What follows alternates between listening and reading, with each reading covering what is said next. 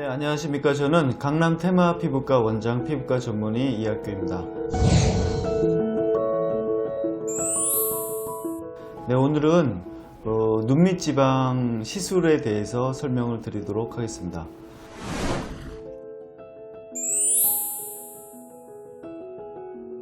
우리가 이제 일반적으로 얘기하는 눈 밑 지방이라는 것은 다크서클의 한 부분이라고 생각할 수가 있습니다.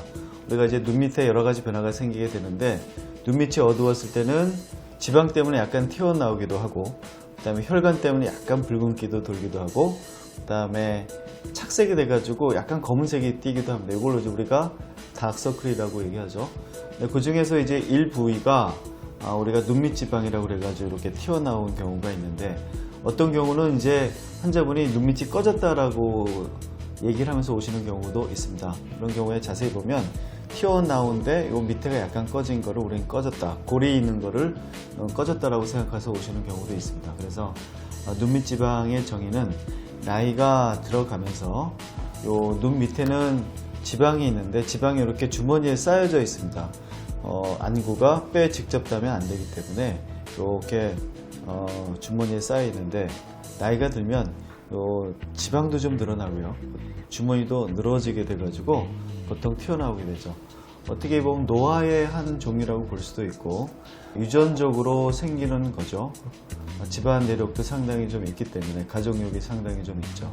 그래서 개인차가 좀 있지만 노화 때문에 좀 많이 튀어나오는 경우도 있고 안 튀어나오는 경우도 있고 그렇죠. 그래서 유전적으로 이 막이 좀 강하느냐 그렇지 않느냐, 지방이 좀 많이 차느냐 그렇지 않느냐에 따라 가지고 증상은 좀 다양하게 나타나게 되는데, 눈 밑 지방은 시술법이 좀 여러 가지가 있지만 요즘은 눈 밑 지방 제거 시술만 해도 증상이 상당히 많이 좋아질 수가 있기 때문에 눈 밑 지방 제거만 해도 우리가 원하는 다크서클의 상당 부위가 없어지고 튀어나온 부위를 상당 부분 치료할 수가 있습니다. 보통 이제 환자분들이 많이 궁금해 하시는 질문들이 많이 있으신데, 오늘은 그 질문들을 중심으로 설명을 드리도록 하겠습니다.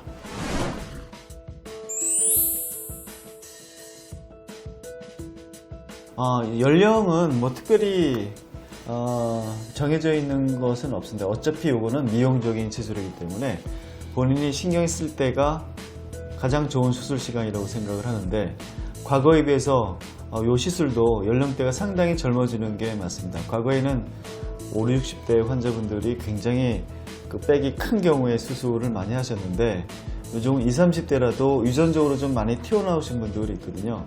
이때는 아주 가볍게 시술을 할 수 있습니다. 이 눈 밑 지방 제거술은 수술이라기보다는 시술이라고 그러는 게 나을 수도 있는데, 왜냐하면 그 레이저로 눈 밑으로 결막으로 들어가서 지방만 빼내고 꿰매지 않고 닿기 때문이죠. 그래서 요즘은 연령은 과거에 비해서 좀 많이 젊어지고 있고, 본인이 눈 밑 지방 때문에 신경이 쓰이고 스트레스 받을 때가 가장 적기이다 라고 말씀드릴 수 있습니다.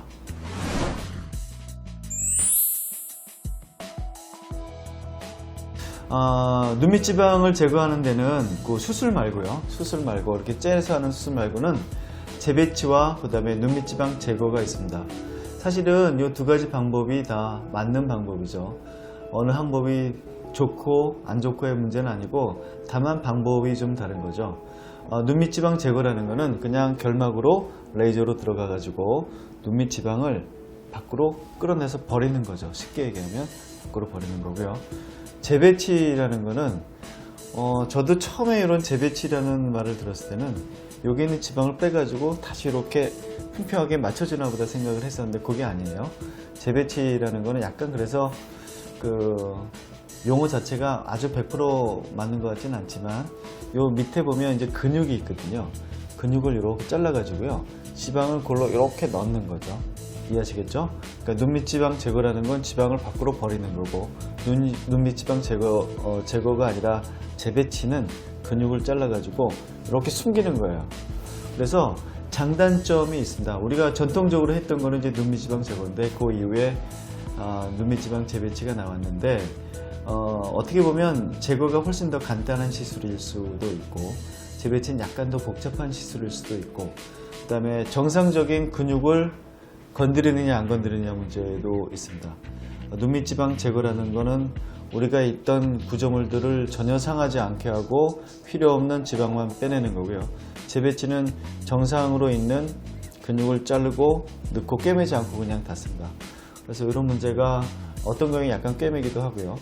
이런 문제가 있어서 재배치와 그 다음에 눈밑 지방 제거가 맞고 틀리고의 문제는 아니고 케이스에 따라서 눈밑 지방 제거가 더 유리할 때도 있고 재배치가 더 유리할 때도 있고, 그거는 의사들의 판단에 따라서 정하시면 되겠습니다.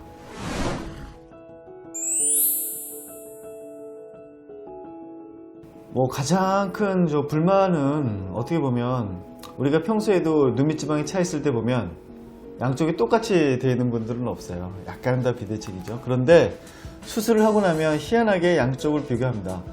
이게 같은가 틀린가, 그거 당연할 거라고 보는데, 이쪽 수술이 잘 되는 거는 이쪽과 비교를 할 수밖에 없겠죠. 그래서 대칭을 맞추려고 상당히 노력을 하는데, 이 시술이 이제 아주 꼼꼼하게 하지 않는다면 절대로 대칭을 맞출 수는 없을 것 같아요. 그 환자분이 한번 누워가지고 만약에 오른쪽에 있는 지방을 빼고 그 다음에 이제 왼쪽을 하게 되는데, 중간에 반드시 환자분을 앉혀가지고 봐야 됩니다. 앉혀서 이게 양쪽이 지방이 대칭이 됐는지 안 됐는지를 봐야지, 중간에 그냥 누워가지고 급한 마음에 그냥 됐다 하고 하게 되면 여기 앉았을 때와 누웠을 때는 중력에 의한 지방의 위치가 다르기 때문에 나중에 불만사항이 상당히 많이 나올 수가 있습니다. 그래서 시간이 좀 많이 걸리더라도 중간에 몇 번씩을 세워가지고 이게 잘 됐는지를 하고 또 누워야 되고, 생각보다 이렇게 간단한 문제는 아니거든요. 소독하는 문제가 있어서 환자분이 누웠다가 일어나면 다시 소독을 하고 누이고, 이런 작업을 반드시 하셔야 됩니다. 이건 재배치나 아니면 눈밑 지방 제거나 마찬가지라고 보는데, 이런 세심한 작업을 하지 않는다면 양쪽의 대칭은 절대로 맞출 수가 없고, 시간이 빨리 끝나는 게 결코 좋은 건 아니라고 봅니다. 저희 병원에서 이제 모발 이식도 많이 하고 하는데, 모발 이식 같은 경우는 시간이 좀 빨리 끝나야지 좋죠. 왜냐하면 머리카락이 공기 중에 노출되면 생착률이 떨어지기 때문입니다. 그렇지만 눈밑 지방은 아니죠. 요거는 끝까지 꼼꼼하게 양쪽 대칭을 맞추는 세심한 치료가 아니라면 나중에 불만이 상당히 좀 많이 나올 수 있기 때문에 대칭을 맞추는 건 상당히 중요한 일이고, 그러려면 시간이 약간 투여해서 분명히 앉혀서 관찰을 하고, 의사 입장에서 보면 상당히 좀 귀찮고 번거롭지만 그렇게 해야지만 대칭을 맞출 수 있지, 대칭을 맞추는 데는 왕도가 없습니다. 그렇게 해야지만 만족스러운 결과가 나올 수가 있습니다.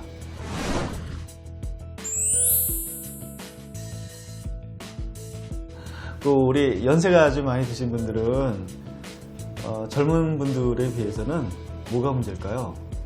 주름이 문제죠. 주름. 젊은 분들은 얼굴이 팽팽하잖아요. 20, 30대 환자분들은 팽팽해가지고 주름의 문제는 없습니다. 그렇지만 정말 많이 필요한 50, 60대 환자분들은 주름이 문제가 되는 거죠. 젊은 분들은 지방을 이렇게 빼도 피부가 탱탱해가지고 그냥 붙어요. 주름이 거의 없어요.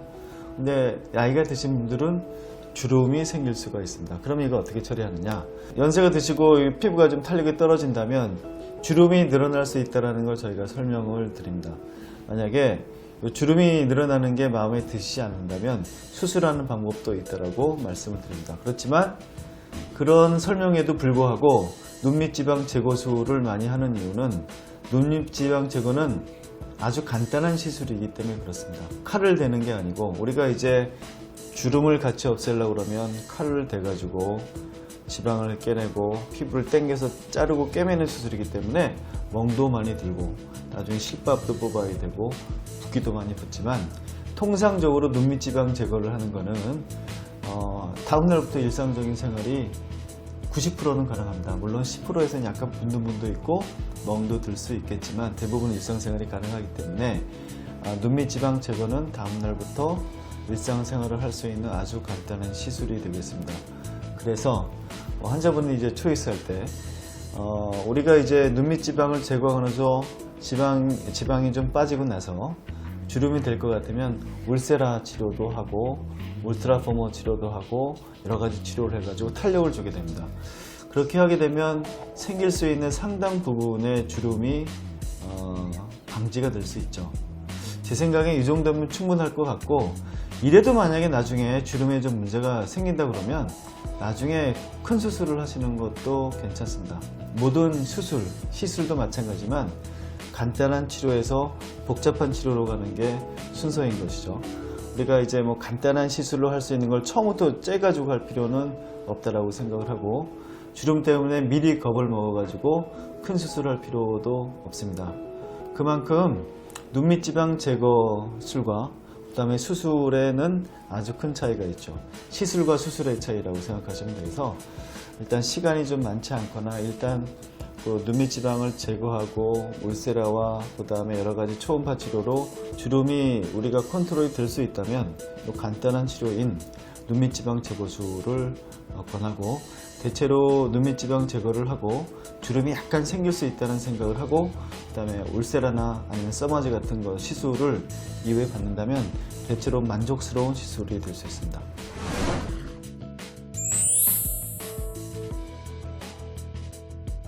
요즘 이제 아까도 말씀드렸지만 일상생활이 가능하냐 그렇지 않냐는 되게 중요한 문제입니다.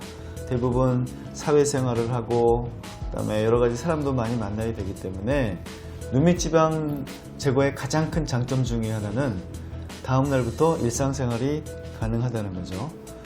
물론 아까 말씀드렸죠, 90% 정도에서 가능하다. 10%에서 약간 불편한 게 뭐가 있냐면요, 약간 충혈이 되는 경우도 있고 눈곱이 좀 끼는 경우도 있고 약간 붓는 경우도 있고 뭐 그런 아주 사소한 것들이 10% 정도에서 있습니다. 그렇지만 그 10% 정도도 아주 중요한 일이 아니면 뭐 나가서 얼마든지 활동을 할 수가 있는데, 수술은 다르죠. 수술은 일단 살을 째니까 살을 째고 꿰매고 하면 멍이 거의 들죠. 멍이 들고 많이 붓죠. 일상생활을 하기는 좀 어렵죠. 그래서 눈밑 지방 제거술을 하고 싶은데 남들이 좀 시술을 했는지 모르고 바로 일상생활을 하고 싶다. 그러면 거기엔 초이스가 없습니다. 수술보다는 일단 눈밑 지방 제거술을 한다면 사회생활에 바로 복귀할 수 있고, 뭐 시술한 거를 남들한테 널리 알릴 필요는 없잖아요. 그래서 아마 환자분들도 그런 의미에서 좀 편하게 할 수 있는 시술이라고 생각합니다.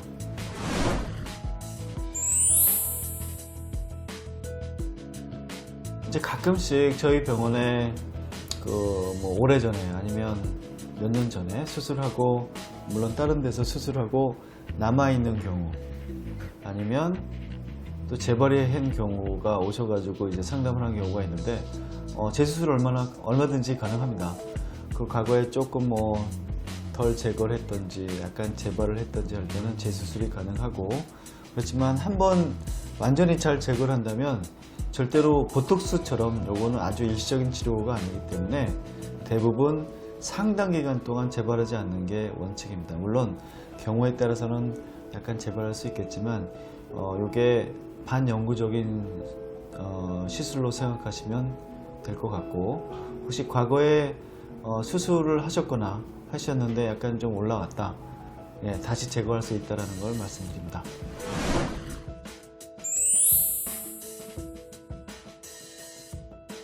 치료에도 유행이 있는 것 같습니다. 우리가 이제 처음에 눈밑이 볼록할 때는 처음에는 수술로 했죠. 맨 처음에 수술로 했는데 그 이후에 간단한 방법을 찾다가 보니까 눈밑 지방 제거가 개발이 되었습니다. 그래서 아주 혁신적인 치료였죠.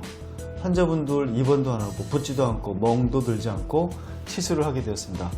눈밑 지방 재배체의 경우는 정상적인 근육을 절제하고 수술을 하기 때문에 여기 아주 롱텀하게 10년, 20년 뒤에도 구조가 그대로 유지가 될지에 대한 논의는 지금 되고 있습니다. 그렇지만 눈밑 지방 제거술은 정상적인 근육을 건드리지 않기 때문에 그런 논의에서 아주 자유로울 수가 있습니다.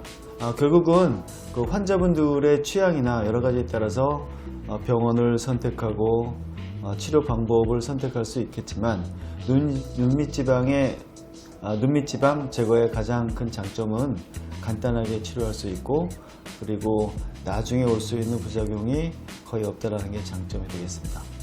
그리고 과거에 이제 연령층이 굉장히 많으신 분들이 많이 하셨는데 연령층이 상당히 좀 다양해졌습니다. 20, 30대 젊은 분들도 눈밑 지방이 있을 때 이제 이게 재고로서 치료가 된다는 걸 많이 알고 계시기 때문에 연령층이 상당히 다양해져서 눈밑 지방 제거술에 대한 수요가 앞으로도 점점 더 많이 늘 걸로 저희는 생각하고 있습니다.